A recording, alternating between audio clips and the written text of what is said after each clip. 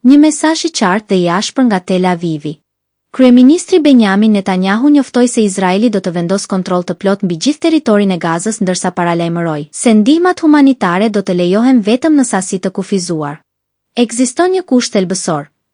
Nuk duhet të arrijmë në një situatë të zisë së bukës si nga një këndvështrim praktik, ashtu edhe diplomatik, por ndihmat që do të lejojmë do të jenë minimale.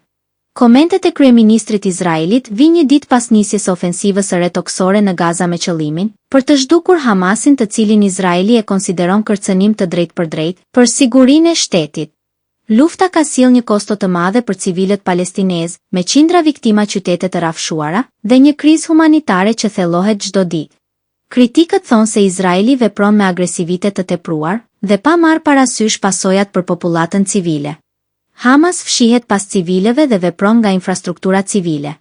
Gaza është një mjedis urban i dendur që e bën të pamundur shmangjen e viktimave. Për të zbutur trysninë ndërkombëtare, Netanyahu pranoi një plan të përbashkët me Shtetet e Bashkuara për shpërndarjen e ndihmave përmes kompanive amerikane në pika të kontrolluara nga ushtria izraelite.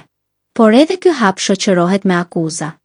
Izraeli pretendon se ndihmat e mëparshme janë plaçkitur nga Hamas, ndërsa komuniteti ndërkombëtar vijon të shpreh shqetësimin për civilët e bllokuar në Gaza, të mbijetuar me zjarrit dhe urisë.